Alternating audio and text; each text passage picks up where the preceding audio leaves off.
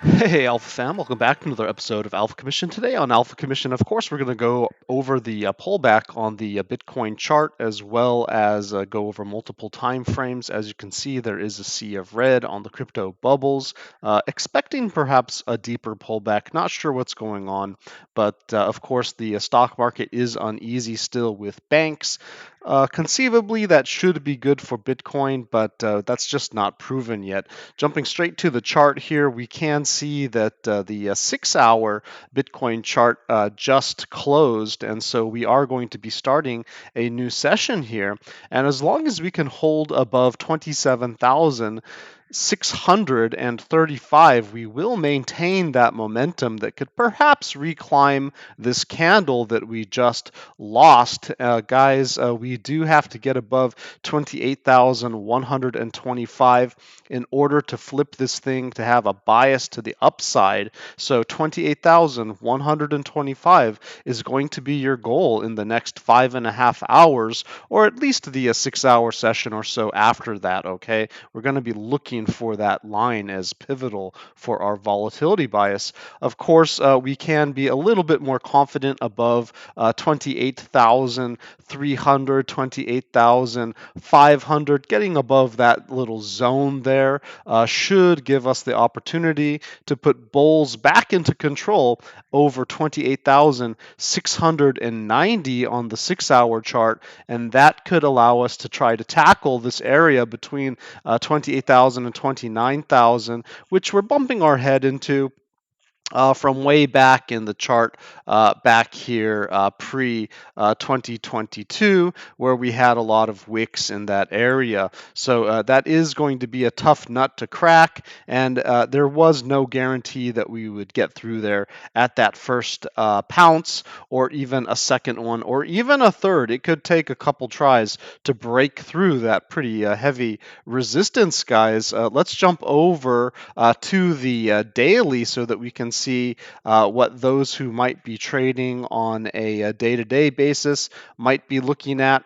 And here we can see that the daily chart looks pretty similar to the 6-hour, except that we are starting to lose the general daily continuation level here at 27,700, and that we did lose our daily volatility pivot, which is at that critical zone that I was talking about of 28,365. So on a daily closing basis, we will be looking for 28,365 for that continued push to the upside, at least the bias for it. But bulls have not lost control on the daily chart. They have been doing an extremely good job of maintaining control. And so this still has a very bullish posture in my mind. Yes, we tagged the 9 on the daily, but we're still hanging out above the 800 EMA on the daily, this little gray kind of squiggly line here, and we're still just flirting around with the 4. So quite a good showing by the daily bulls in my estimation. And we just are starting to show a little bit of weakness as we are butting our head at this volatility pivot a few too many times. Would like to see that volatility pivot come down to give us the best chance to pump, or we got to get price action above that $28,400 area. But again, bulls don't lose control until we lose 27,355. And even then, bears don't gain control until around 20,900. Not much to worry about on there. We do have several levels of support below us: 26,500, 25,300, 22,775-ish. A bunch of levels down here. So not too much to worry about. EMA basis, maybe we could come back and tag 27,000, maybe even scare people, put the fear of God in them at 25,600-ish, right? Something like that, and maybe get a couple bounces.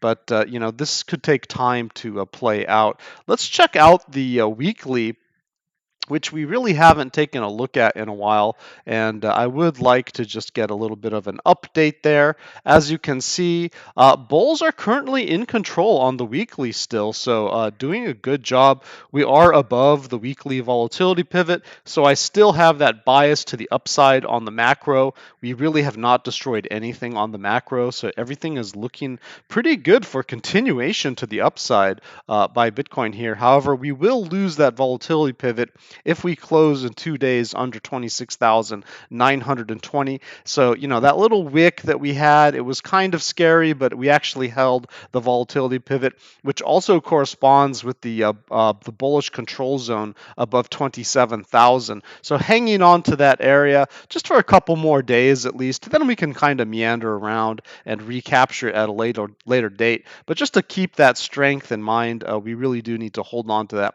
$27,000 area, which does correspond with this kind of 100 EMA, 89 EMA on the weekly. Guys, we will maintain our current momentum to the upside above 28,000, which we are currently under. So the bulls do need to just pop up just a little bit more just to kind of hang on to this. Otherwise, we could go for a drift in the momentum pool over the next week. But, putting a show above 28,000 would be incredible strength. Maybe a little bit much to ask for at this heavy resistance area that we're at. But, guys, we don't lose significant momentum until we're under 23,155, and then especially under 22,690, where we would be in danger of dropping down to this 300 EMA around 20,800, around 19,200, where we have a support level around 19,900. Guys, I think that I'm probably going to just wrap this one up. Maybe we should take a look at our volatility. And I would say that we are just a little bit cooling off here on the weekly, just pretty normal after this huge run up all that lasted essentially since November last year, all the way to end of February. So that was a huge 3 month volatility push to the upside. So you could expect that maybe we're going to have a little bit of sideways action, a little bit of cooling down before the next push up, if there is going to be a push up. I do like that we're above the 50% on the weekly. Does give me, pretty good hope for the macro there. But again, the weekly closes in 2 days, so we will just continue to monitor that. Guys, I am going to jump over to the daily now. Sorry, I wasn't in a full screen. There we go.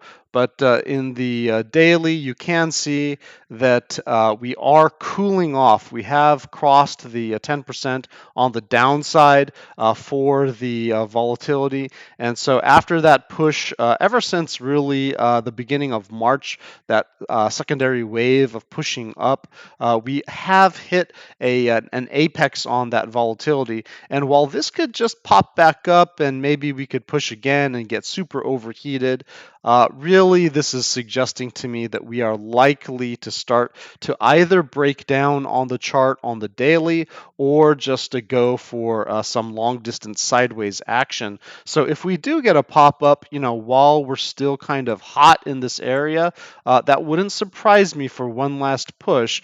But this chart really says that it wants to cool down on the daily. So let's just give the daily chart some time to go sideways, do what it needs to do to refuel. And then the weekly is telling me that we do have a chance to continue to push up, but we just have to perhaps wait a little bit. Jumping over to the 6 hour, corresponding to our 6 hour chart, you can see that we are getting a little bit of a push here, which, to be honest, not really sure what that's going to mean for price action. Let's go ahead and just compare it to price itself. And you can see that ever since we had been overheated on this chart, we had been pushing up in price. And so the fact that, we're now reaching a top on price, and then we're starting to push up on the volatility, that suggests that perhaps we are expanding in the downward direction on the 6 hour. And so what would that mean? Well, if it continues to expand, then perhaps we're just going to expand below those 6 hour thresholds. So that does suggest that volatility either wants us to go down or sideways for the time being overall.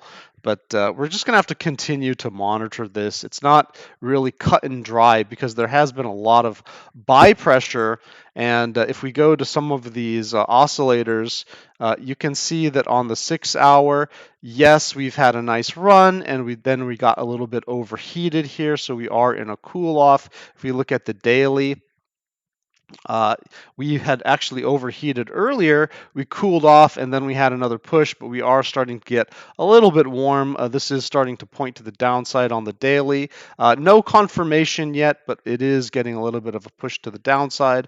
And then on the weekly, we do have the hope that this is going to turn up for one last push to the upside after having bottomed out here. And then we're going to get quite close to the top of this chart and probably have some type of a turnaround in store for us. But again, the macro on the weekly is saying that we may have another breath. We could continue to just push on this chart, but the daily and the 6 hour is suggesting, well, we just need to refuel a little bit, which is kind of what we've been doing. We've just been seeing some sideways action, getting a little bit scary for some people. But my faith overall is that we are going to continue to push upwards.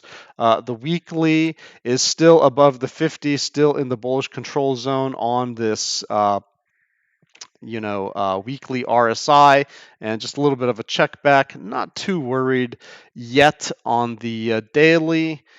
You can see that we do have this little bit of toppiness here. We really don't want to break down, otherwise we're going to lose the bullish control zone. Could pop all the way down to the 50 before a bounce, or even perhaps lower there. And so we are going to just monitor the daily very carefully. And the 6 hour is how we're going to kind of front run that. And the 6 hour does have a lot of drives of bearish divergence that have been pushing us down. Well, we did get a little bit of an almost double bottom here. And so we're going to see if this can curve us back up. That could give us an indication for the daily. But overall, you can see that, again, just the 6 hour and the daily are suggesting they need to cool down. They need to go sideways. But the weekly is saying that overall, nothing is broken and things are still looking good on the macro towards the upside. Okay, so just wanted to make sure that we saw that. Let's go ahead and take a look at the ADX. You can see that on the 6 hour, the ADX is just in that consolidation zone. Let's look at the daily. The daily is not populating. There we go. The daily, we did have a huge run, right, on the daily for the DI positive and the ADX, but now the DI positive has come all the way down, starting to greet the DI negative, and it is in that consolidation zone there. So I don't really like seeing that. That does suggest sideways on the daily. Let's go and look at the weekly. And the weekly is still showing strength. The ADX is coming down pretty sharply, so I don't like that, but I do like how the DI positive on the weekly has made this second run, and it is higher than this previous little notch here in the DI positive, with the DI negative pointed down. So we are going to give the weekly the benefit of the doubt in terms of the intensity of the momentum that we may be looking at. And of course, our MACD is still positive on the weekly as well. The daily, we are cooling down, as I mentioned, but starting to lose a little bit of that intensity, so we'll just watch it. And the 6 hour,